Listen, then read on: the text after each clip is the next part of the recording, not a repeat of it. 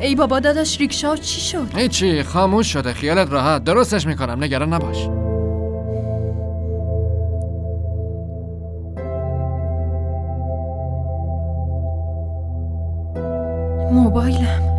موبایلمو تو خونه جا گذاشتم. حالا چی میشه؟ آقا اظهار اونجا منتظرمه.